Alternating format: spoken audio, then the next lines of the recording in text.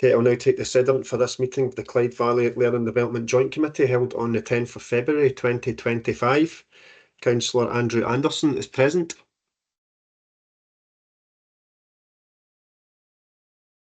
Councillor Anne McTaggart is not present. And the following members are present: Councillors Francesca Brennan, Michael McBride and Lindsay Hamilton. Thank you, and I'll now pass you back to the convener for today's business. Thank you very much, Stuart. Is there any declarations of interest? None. The minutes of previous meeting, which is pages 3 to 6, I'll move them as a correct record, and I'll ask for a seconder, please. Francesca, brilliant. And I presume that they're agreed as a correct record. Agenda item number 3, which is revenue budget monitoring 2024 to 25, Clyde Valley Learning Development Joint Committee, pages 7 to 10. And I'll ask Lorraine to take that, please. Thanks, Lorraine. Thanks, Chair, and good afternoon, members. So this is the normal routine monitoring report that you'll be used to seeing coming to the Joint Committee during the year. It's the position to the end of December, and we're also giving you a kind of forecast position for the financial year as well. So, excuse me. So the background there just gives you a bit of a feel for how the budget was compiled, and it shows you that we've got an income and expenditure budget of £100,000 in total. The detail of that is on page 9 of your report. That's in Appendix A, and it just shows you in the greyed out boxes what the budget is for the year and what the projected outturn is. And we're looking to fully spend the budget this year and fully gather in the income.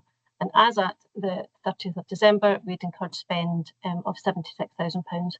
And I'd just be looking to ask the Joint Committee to note that position. Thank you. Thank you very much, Lorraine. If the members any questions or comments? Nope. I'll ask for the note to be reported and ask for a seconder. Thank you. Oh, we've got 3 seconders. If we agree that will move on to agenda item number 4, which is membership and funding for the Clyde Valley Learning Development Project for 25 to 26, which is pages 11 to 16, and I'll ask Jerry to take that. Thanks, Jerry. Oh, I think you're still in mute, Jerry. Mute, yeah. It's a sort of tradition that I start by being muted. Apologies, everyone. Good afternoon, everyone. And can I just introduce this paper, which is describes the position of membership for the group as we move forward. This is the time of year where we go back to the members of the group to confirm that they're keen to continue with as a member of the organisation, of the Clyde Valley organisation, and we have 2 key thresholds that we need to meet each year, which is the number of full members, which is a minimum of 5, and an income of a minimum of £59,000 as project funds to the management of the project.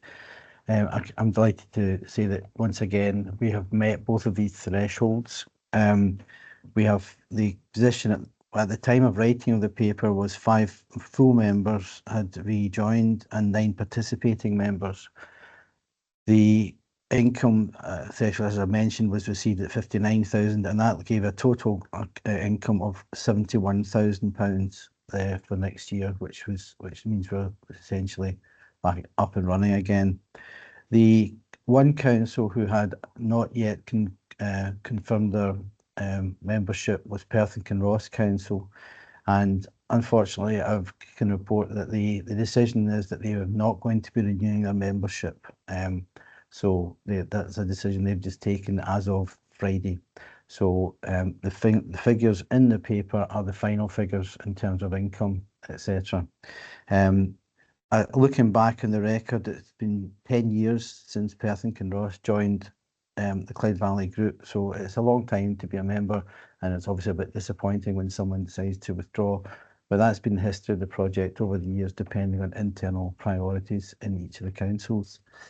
In terms of the income we've received, we have approximately £9,540 remaining for once we've taken off the contribution to costs and the audit fee. And for that fee, we've been looking into a couple of potential projects for the utilisation of those funds.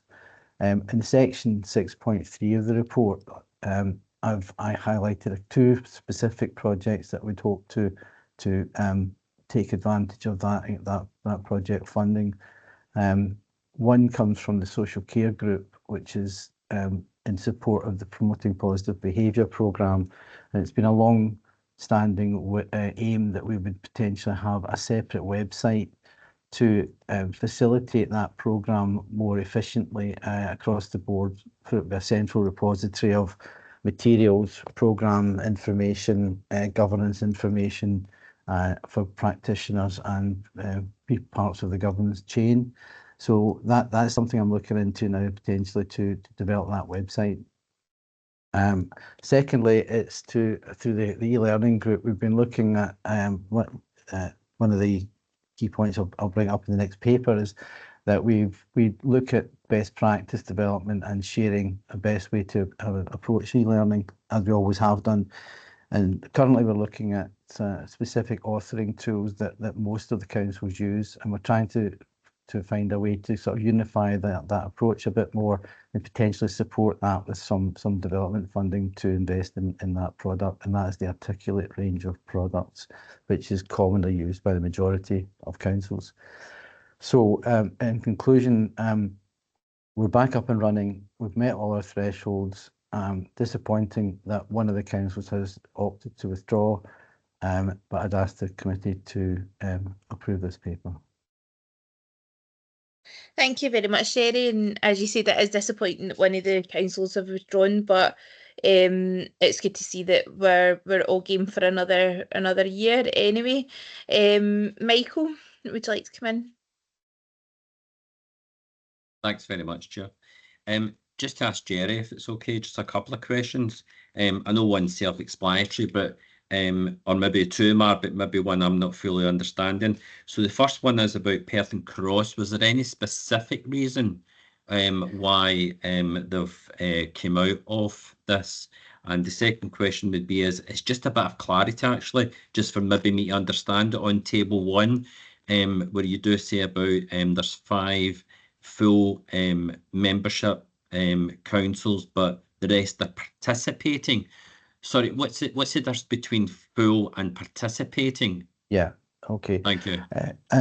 Thank you, Michael. I'll answer the first one then. Perth and Ross haven't been explicit in their reasoning, but there is an ongoing piece of work at the moment, which is to do with the learning management system that has been a long-standing joint collaborative project through the Clyde Valley Group. The existing contract is coming to an end, and we have been actively involved in the next phase of that, which will potentially be a major procurement exercise. But because of there have been a number of councils have chosen to go their own way and not procure through the Clyde Valley Group. Sometimes that is a specific decision that's a positive choice. Other times it's to do with potentially another aspect of business. For example, South Lanarkshire is a good example of that, where we have recently moved over to an enterprise HR and payroll management system, which is called Oracle Fusion. And as a result of that, we are using the learning management aspect of that product. So we've withdrawn from that Clyde Valley project as well. So sometimes it's a decision that's taken on a more strategic level. So Perth and Kinross decided that that was one of the things they wanted to do. They wanted to investigate a different approach to the learning management system. And by withdrawing from the contract, they probably began to think, well, maybe they weren't going to get as much individual benefit back from not getting the procurement benefits by taking their own route. And that's a moot point. That's their decision to take. But I suspect strongly that was a significant driver in that decision. I do understand from what I got, the feedback I got, it was with some reluctance. They were choosing to withdraw and they would have preferred to stay, but I suspect maybe the decision was taken in light of savings elsewhere, etc. In answer to your second question, so historically the Clyde Valley Group originated with 8 member councils, and as part of the process of opening up the work of the group to the wider local government community, we restructured in 2018, I think it was. We had categories of membership essentially before that was, rather than have control of the assets of the project or the liabilities, which was what the full members had, and they were joined by the minute of agreement that we all signed. We opened up another category of membership, which at the time was called associate membership. But when we restructured that, we realised there was potentially room for people to join purely for the procurement benefits. So we introduced a third category. So we now have 3 categories of membership, and they're highlighted in the paper. So we've got the full members, which are those of us around the table today who are the decision-making governance group, and it's dropped from 8 originally, then down to 6, and it's now at 5. So 5 councils continue to hold that position. The next tier is what would essentially was the associate membership. So they have no decision-making rights, but they can participate in any aspect of the project work.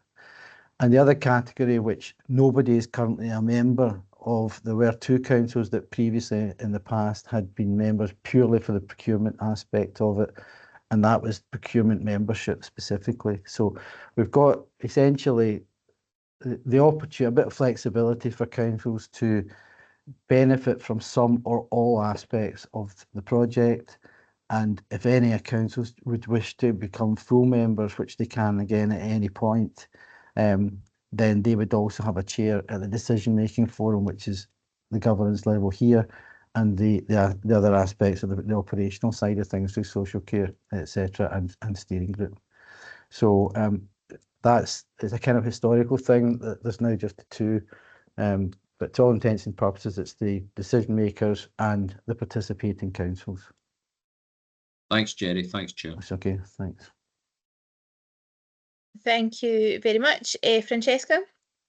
Thanks, Chair. And yeah, thanks for that answer about Perth and Kinross. I was wondering that myself, but their experience notwithstanding, I just thought it was looking healthy in terms of the membership, and just a big thanks to yourselves and the team for doing all that kind of chasing around at this time of year to get those responses. And it was just to also say the projects that you've mentioned for some of the funds being used for sounds like a good way to go. Thank you. Thank you. Thank you very much. If there's no further questions, I'll ask for a seconder. Oh, is there? Oh, there is. Sorry. Andrew, I never seen you. On you Sorry, go. Lindsay. It was a late one. I was waiting to see, Sneaking in there. what Michael and Francesca were going to ask, just in case, it was so this is slightly different. It leads on from Michael's question about the Perth and Kinross decision and its impact, if any, Jerry, or is it, we can continue as is, or has there been a slight, a decision to what am I trying to say, not do as much work? Are we getting held back by that? The second thing is actually, sorry, I'm always conscious of particular terms, but the suggestions for future spend, when I see the word urgency, I immediately think why, if you could elaborate on that, but it's in 6.2 under the utilisation of the funds. Thanks. Yeah, sorry, I'm just trying to go on or not. Yeah, so with regard to the Perth and Kinross question, no, it doesn't impact or curtail our activities in the sense that we still have a significant number of members and a very keen and participating level, if you like. We typically at the e-learning group, we get between 14 to 18 attending every single meeting in a 6-weekly cycle. I think that says a lot about people's willingness to be involved and keenness to see the benefits of it. As a matter of urgency, I think the term is used is that we don't want ever to feel that, okay, we've just got some extra funding and we'll just let it sit in the bank, so to speak, if I can use that term. So we need to always be monitoring that and seeing, you know, we don't go out of our way to look at projects that will incur a cost, but we do want to see, well, is there something that we could benefit from by utilising those funds? So the urgency, I guess, is that we don't just sit on our laurels and say, well, okay, nothing comes to mind. So I think myself and the other groups are always looking for projects that we can essentially benefit the whole membership from that income. So it's an ongoing process. I guess that's really what I'm trying to say there. Does that answer your question? Okay. Yes. In terms of urgency, though, sorry, did you by that term? Well, perhaps it's misleading. I suppose it was something that I was really trying to say that as the figure starts to rise up, to increase, then it's important to make sure that we match our activities to the available funding. And I think we haven't done that over the last few years. We haven't found immediate areas of the project to invest in. And so therefore, I think it was just to bring it to attention. This is something we should be looking at now. Great, thanks. I actually just, it kind of leads on. I was going to ask about, just out of interest, you know, why articulate in particular, if it's been adopted Yeah. by... And can you give us a bit of background on that? Is it a particularly, you know, is it the sort of best in that area? Yeah. You know, it's been chosen for a reason? Yes, I can. So historically we had the Clyde Valley councils all used the same learning management system, which as part of the product had an authoring tool. And so the company that originally provided this was called Brightwave. They had an authoring tool called Build.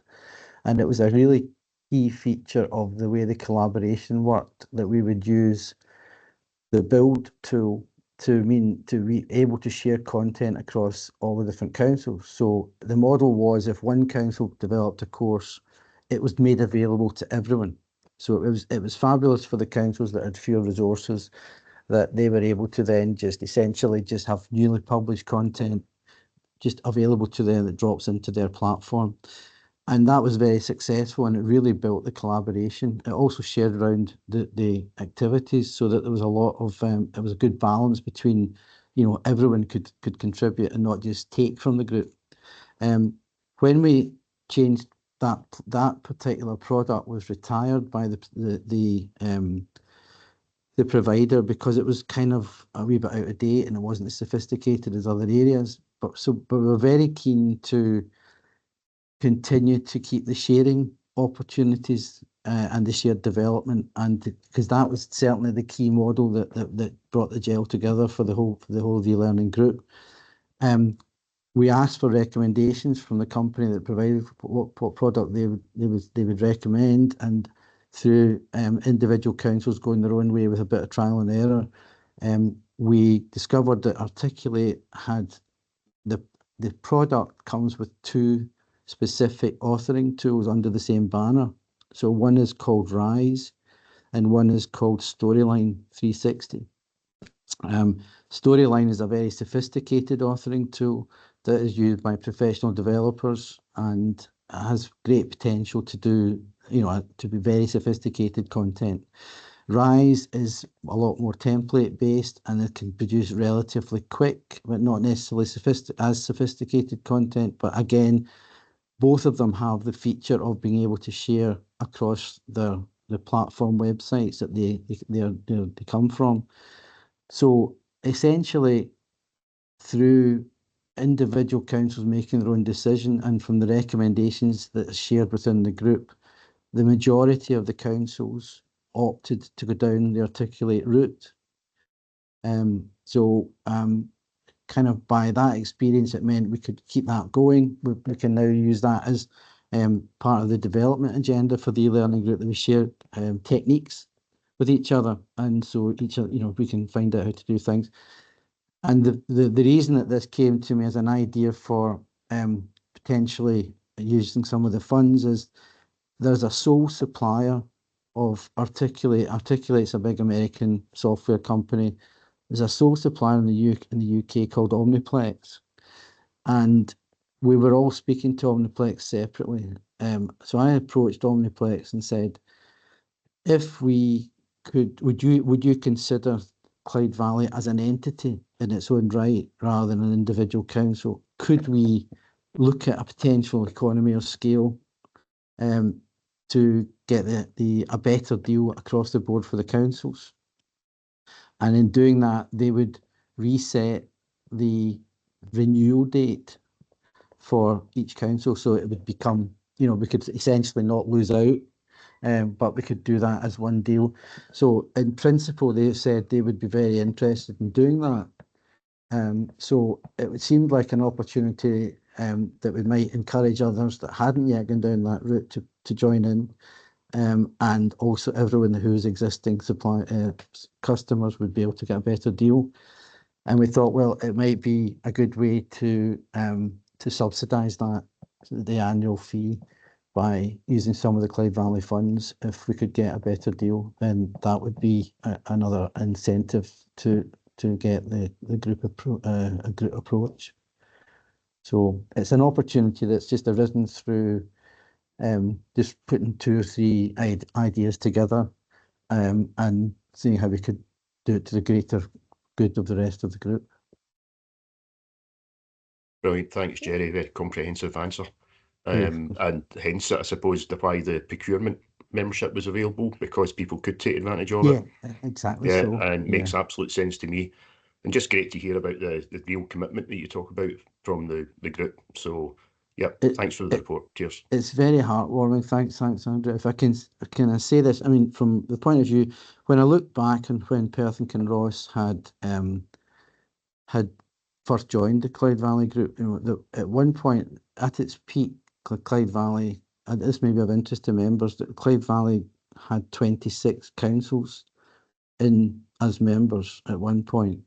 So, and there were 3 other organisations, kind of Strathclyde Fire and Rescue, as was, and the Improvement Service, and Strathclyde Partnership for Transport. So we had a huge number at one point when we were really at its peak, and we had great benefits from the economies of scale when we did procurement in those days.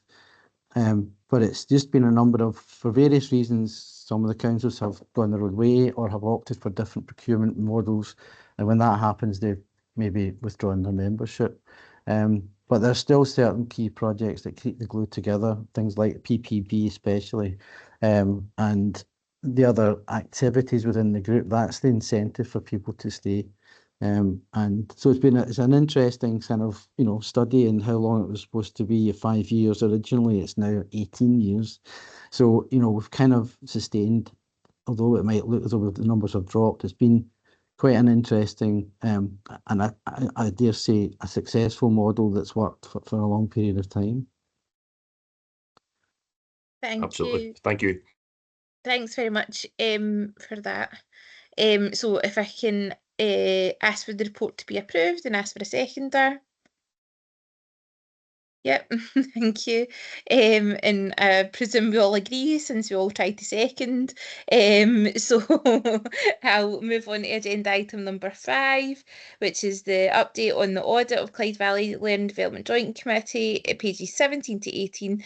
And I'll ask Pauline to take this report. Thanks, Pauline. Thanks, convener, and good afternoon, everyone. So yeah, on to my update. So you'll see that I've written to the committee to provide an update on the 24-25 audit, and just like to highlight a few key points. So our planning work is at an early stage, but following conclusion of our audit planning procedures, we will issue our annual audit plan, and that will be by the 31st of March. Our preliminary planning work has identified one significant risk, which is a risk, of course, across all our audits per the ISAs, and that is the risk of material misstatement due to management override of controls. I've also included details of our audit fee for 24-25. Then just moving on to Exhibit 1, this is our audit timetable. So we're working towards a sign-off in September. And you'll see from the date of the Joint Committee in September, that should state 2025, not 24, so apologies for that. And aside from those points, there's really nothing further to bring to your attention, and I look forward to sharing the annual audit plan at the next meeting. So happy to take any questions. Thanks, Convener. Thanks, Pauline. We look forward to you coming back. Is there any questions? Can we note the report? And can I have a seconder? Thank you very much. Can we move on to agenda item number 6, which is the Learning Development Project progress and outputs from the e-learning group, which is 19 to 40. And can I ask Jerry to present that as well? Thank you. Okay, thank you, Chair. Can I ask the committee to note the contents of this report, which discusses some of the outputs that of the 2 specific projects that we've mentioned to the committee before. These particularly were the meat of the work that the group was doing out with our general run of meetings. So to start the background of the e-learning group, we have kind of in section 3.2 the purpose of the group. We've got a developmental agenda. In other words, we share ideas. We do problem solving. We make suggested solutions. We share best practice, and we do that through a combination of presentations to the group from within the membership and out with the membership. So we've got an aspect of that I think we regard as very important to support each other and to improve our activities. And we mentioned that in section 4.2, the group presentations that we've received last year, and as in previous years, it's really always encouraging to get different councils to step in and to give us the benefit of their experience. Items like the ChatGPT, which is about the artificial intelligence tool, is very interesting to get a bit of insight where those are more advanced in this area, but we all know that that's something that's going to be taking a huge part of all our lives, working lives as well as general lives. So we've kind of keep that on the agenda. And then I've mentioned at the end there the authoring software, which I referred to in the previous report, the Omniplex, Articulate, Vio and Storyline. So we've got those sides of the development agenda, but the project work, we covered 2 particular areas over the last year. One was the approach to mandatory training, which is section 4.3 of the report, and further on in 4.4, the dealing with hard to reach groups and those who are digitally excluded. We chose these subjects because they were the most commonly identified areas where councils felt they could do with further work and improve the approach. Mandatory training, I think, is recognised as it says, it's something that's mandatory for a reason. But many of the councils have had challenges in trying to manage that approach to mandatory training. How do we decide what's mandatory? How do we not overload people with too many courses when they've got their other work to do? And how do we monitor it? So all kinds of areas like that which have caused councils some difficulties.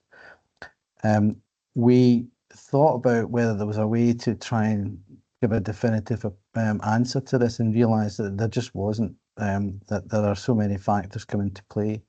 So the decision was that we would produce a guide document that other councils could use, dip in, dip out, and use it as part of their strategies, their wider strategies, perhaps their learning development strategy, and also to get the approvals and support to make sure that mandatory training was done effectively. So we decided to produce this guide. We used some of the skills within the group. It was jointly authored, and I think someone from Falkirk Council who had very good skills in desktop publishing and graphics produced a nice, we believe, very professional finish to the document.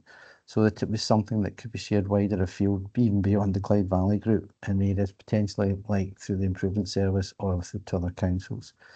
I thought it would be helpful for committee to see the actual finished version. So it has been appended to the report, and from page 25 onwards, you'll see the finished product. And I hope you'll agree that it looks very professional, and it looks like something you can demonstrate the amount of work that has gone into this particular aspect of the project.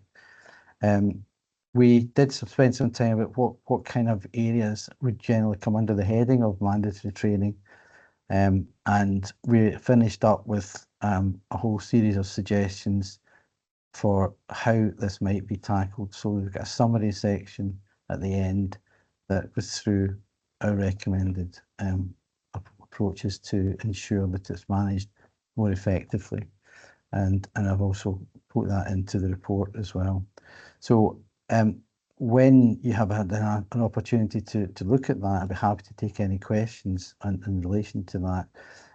We think it's a good piece of work, and we know from anecdotally, we've been aware that it's started to become higher up the agenda, higher priority for people in each of the councils, and to be able to get it to the right decision-making people within the L&D community. The second part of the project was the hard-to-reach groups and digital exclusion. So this was a piece of work that identified that for all the activity on e-learning and digital learning, it was a known fact that a still significant percentage of our employees in each of our councils, for whatever reason, have difficulty accessing our digital offerings. In some ways, this is due to the infrastructure itself or the nature of their jobs. In other aspects of it, it's about the individual themselves. So it became an area that was actually a huge amount of work has gone into externally to the Clyde Valley Group, but we pulled a group together to do the research in the background, establish why we should be doing this, at the business case for doing that, and I've highlighted that in 4.42. In other words, could councils afford not to address this because there's a significant number of employees within our organisations? We looked at the research and we did a bit of benchmarking, and we looked at the barriers to access and collected these under themes. And then the idea was to try and tackle these barriers. How can we overcome the barriers? How can we set and train a better approach or more consistent approach, and can we benefit from each other's experiences? So the output from that was actually a very detailed paper led by Angela McInnes from Renfrewshire Council, which was a very kind of academic sort of style paper, which had lots of references to the background in the report. But it did produce the list of identified barriers, and we set about looking for ways to try and address those barriers, so that to overcome the barriers rather, so that we can actually make a significant impact. And again, the recommendation we had was that this should be pulled into the general thinking for the approach to the L&D strategy across our councils. I mentioned it was quite a fulsome paper, and in order to try and make it a bit more straightforward and to understand more succinctly what was contained within the paper, we also produced a separate animation, which runs for about 5 minutes and summarises the work and the outputs from that group. So with committee's permission, I would like to see if I could maybe just briefly showcase that graphical production, which takes about 5 minutes. Would that be something that the committee would be pleased to see? Yeah. Yeah, go ahead. Okay, so this is the moment where the technology will be about to challenge me. So if I can share my screen, I will attempt to do so. Bear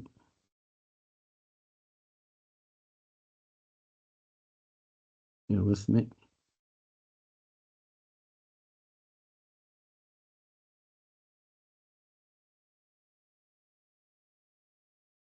Sorry, wrong one. This seems to be a tradition.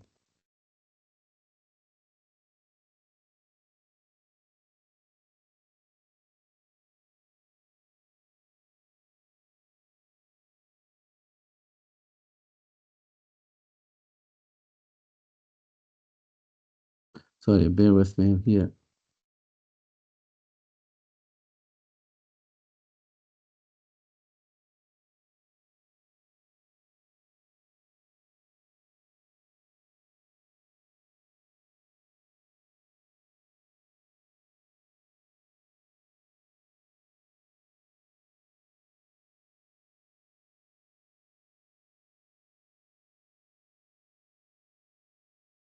Sorry, can you see that screen? No.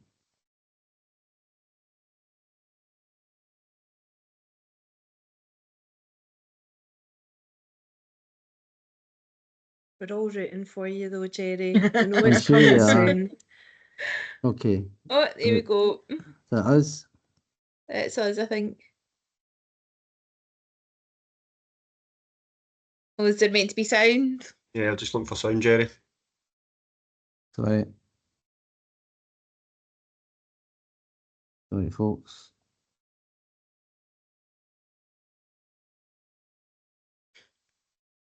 Progress.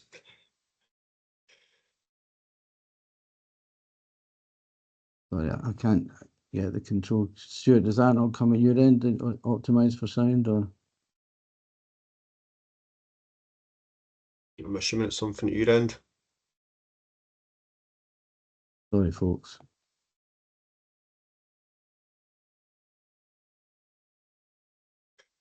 You're not going to get it to work, Jerry. What I could do is if you supply a link, I could issue it to the members. Yeah, I'll do that. And they can watch it on their own. Disappointing, of course, but sorry about this, folks. It might be the best idea to do that, and I'll. Typically, it worked when you tested it. I know, I know. That's life. How ironic. Barriers to participating in online. Yeah.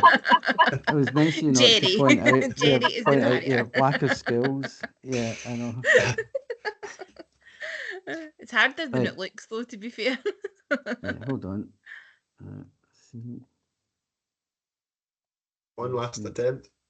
Yeah, I've changed the settings, so I'm hoping that I'll do it now.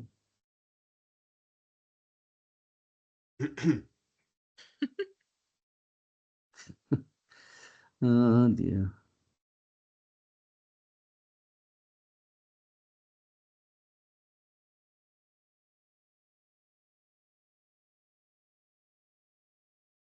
No, still no sound.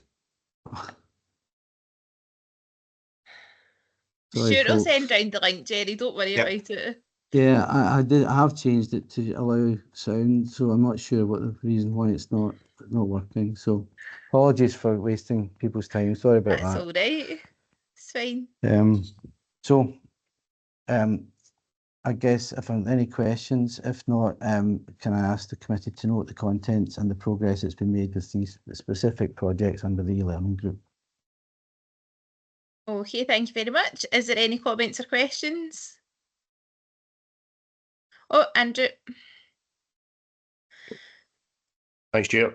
I've got a background previously in cyber security, and part of my role was actually trying to get people to do this training. And I think that one of the problems is straight away is like they hear the word mandatory. Yeah, and absolutely. People tend not to like to be told what to do, pretty much. But I think the problem is that in a lot of such situations, it's the consequences.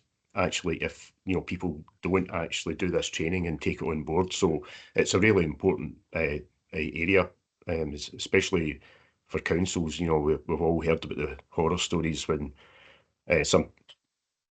something gets in. Brilliant. Sorry, I've got a delivery just arrived. But Jerry, one key thing about the training and software that I used is that it recorded whether people had just zipped through it.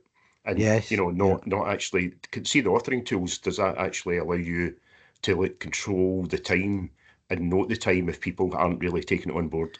Yeah, it's the learning management system is the platform that deals with that. So we can run reports that would show you the entry point on the course and the completion point as well. So we can sort of it doesn't allow you, the software authoring tool doesn't allow you to zip through it. You can go at your own pace, but we can estimate from because of how long we know the course should take. When we run the reports, if someone's been in at 14:43 and back out again at 14:45, we know that they may be trying to defeat the system, but by and large we don't come across that too often. But for mandatory training, it is part of the process of reporting that we look to show that we've got good data that backs up our thinking on it. And your initial point about calling it mandatory training has been interesting. It was part of the debate actually, and some councils call it essentials, and there's different branding that can be put against it, and I think that's a decision that might, if it's an identified barrier, that it's to do with the baggage that goes with that terminology, then maybe that's something to consider. But by far the biggest challenge is the volume that gets categorised as mandatory.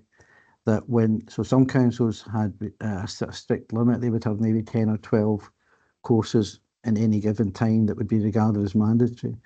Others, you could say that there may be 14 to 20 or even more would be mandatory. And then you've got individual service mandatory training, which then just builds up more and more and more. And if you've got too much, the answer is it doesn't get done.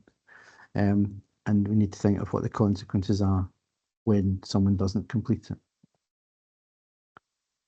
Thank you very much. I presume Andrew's away to get his delivery. Francesca?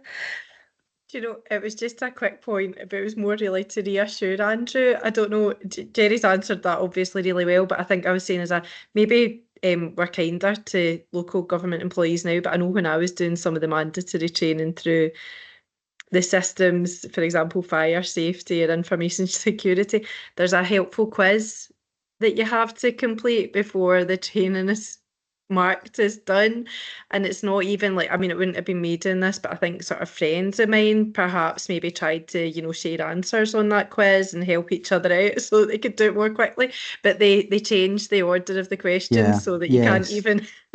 I mean, I just knew that from friends. It wasn't as if I was trying to get through it more quickly. So I don't think it was a case of just reading it and then you were done. I think you have to do a bit of an assessment at the end of it. But Andrew's not here to hear that nugget of lived experience from a former local government employee. What he's missed out. I hope the delivery's worth it. If I can add to your comment, Francesca, there's criteria to set for what is either a passed or a completed course, and usually that would be a knowledge test.